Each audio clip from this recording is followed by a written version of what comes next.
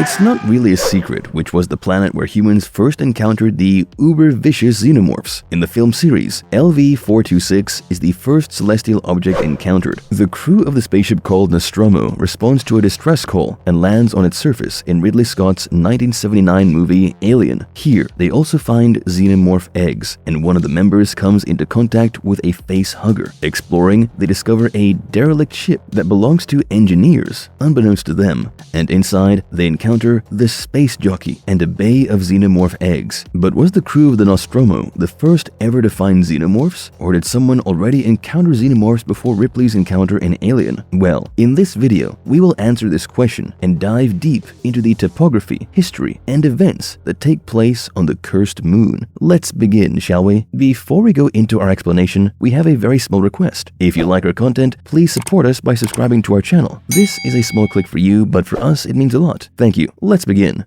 Basic topography and climate of LV-426. Acheron, also known as LV-426, possesses a diminutive equatorial diameter, measuring merely 1,200 kilometers. To give you a perspective, Earth's equatorial diameter is 12,742 kilometers. Despite its modest size, the Moon sustains a surface gravity of about 0.86 times that of Earth, hinting at a composition dominated by incredibly dense materials, since, as you may know, gravity is dependent on an object's mass. Its rotational period is also pretty short when compared to that of Earth, as it completes a full rotation in approximately 2 hours. The Moon's surface is formed primarily from aluminum silicates, with hints of intrusion by magnesium silicates, as evidenced by basalt, rhyolite, and microgranite lava flows present on its exterior. Although signs of past volcanic activity exist and ongoing volcanic processes continue within its core, the Moon's surface currently displays no discernible volcanism or tectonic movements. Interestingly, the encircling rings around Calpamos, of which LV-426 is a moon, are believed to be remnants of a previous satellite that disintegrated due to the gravitational effects caused by Acheron's integration into the system. Originally, Acheron hosted a primal atmosphere, primarily comprising nitrogen and carbon dioxide, with traces of oxygen, methane, and frozen ammonia. The moon experiences constant, vigorous winds. Although its limited size prevents the formation of potentially hazardous storms, it's important to note that, under its natural conditions, Acheron is unsuitable for human habitation. However, following the terraforming efforts at Hadley's Hope, the atmosphere has been modified to support human breathing, although the environment remains harsh with overcast days and frequent storms. The Ilium Range, a mountain range on Acheron's surface, is situated close to where the USCSS Nostromo discovered an abandoned extraterrestrial vessel in the year 2122.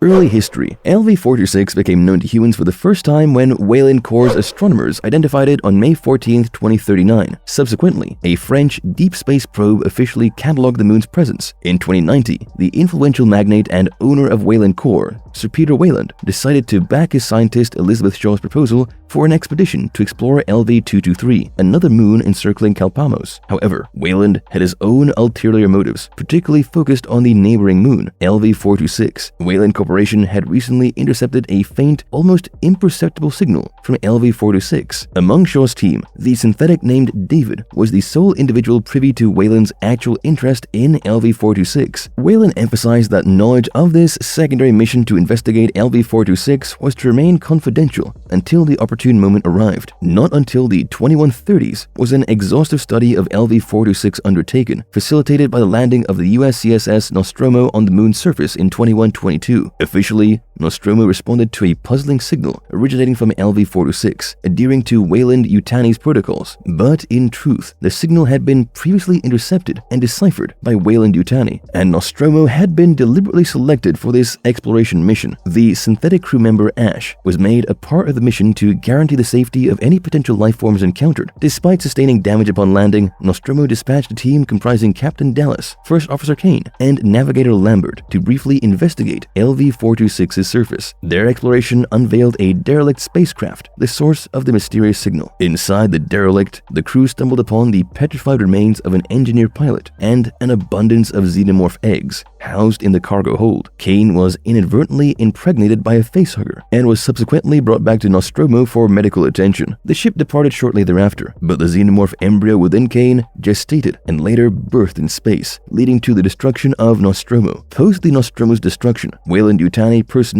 involved in the incident orchestrated a comprehensive cover-up.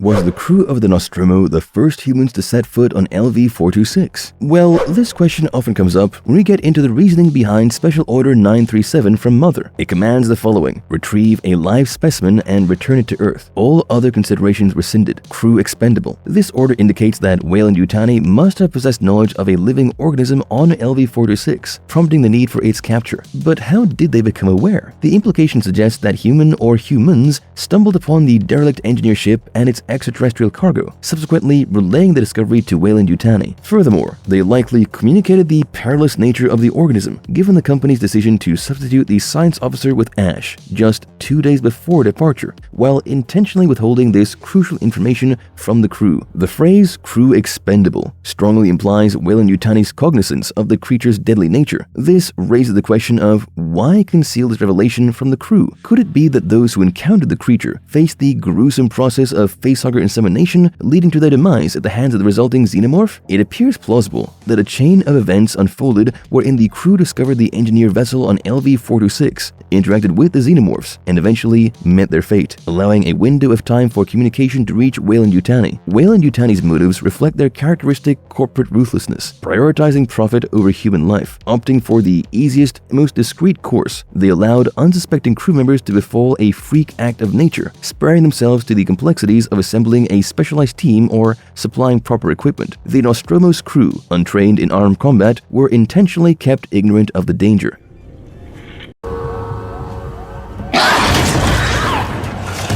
What came next? The saga of LV-426 was further explored in Alien Isolation. After a span of 15 years, the moon would once again witness the presence of a spacecraft. This time, the crew of the USCSS Anisadora, led by Captain Henry Marlowe, learned about LV-426 when they chanced upon the flight recorder of the Nostromo. Their purpose was to extract valuable flight data that could lead them to the Nostromo's wreckage for salvage. However, the discovery of the derelict spacecraft beacon changed their course of action. The Anisadora crew opted to set down on the moon's surface, not knowing that the Nostromo had already encountered the same vessel before them, driven by the desire to claim the find for themselves and ensure that others wouldn't stumble upon the derelict. Captain Marlowe deactivated the beacon that had lured explorers to the site. Soon, their plans were disrupted when Marlowe's wife, Catherine Foster, fell victim to a facehugger, resulting in her impregnation. This event would ultimately trigger the outbreak of xenomorphs on Sevastopol Station shortly thereafter, with the beacon now inactive, and both crews, except for Ellen Ripley from the Nostromo, having succumbed to the dual outbreaks. LV-426 retreated into its former obscurity, but not for long.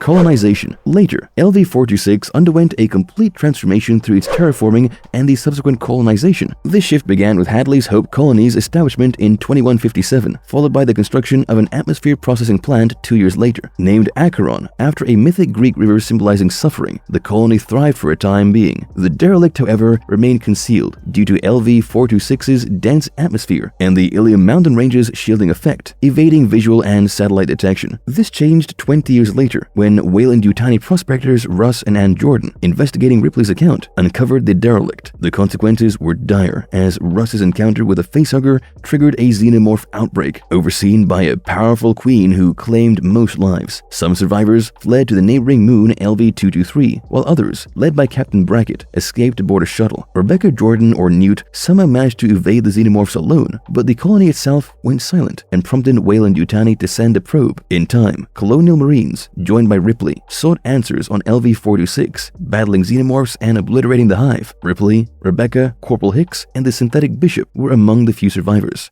Marvelous verdict. So it must be clear to you by now that the moon is extremely important to the Alien universe and has since appeared in or has been mentioned at least 30 times in various comics, games, and novels. No matter how much more content we get on the Alien franchise, LV-426 will always remain an integral part of the lore, as this is where it all started in Ridley Scott's original film. An equally important celestial object would be LV-223, but I suppose that's a topic for another video. Would you like us to explore that as well? Let me know in the comments. And if I get enough affirmations, I will get right to it.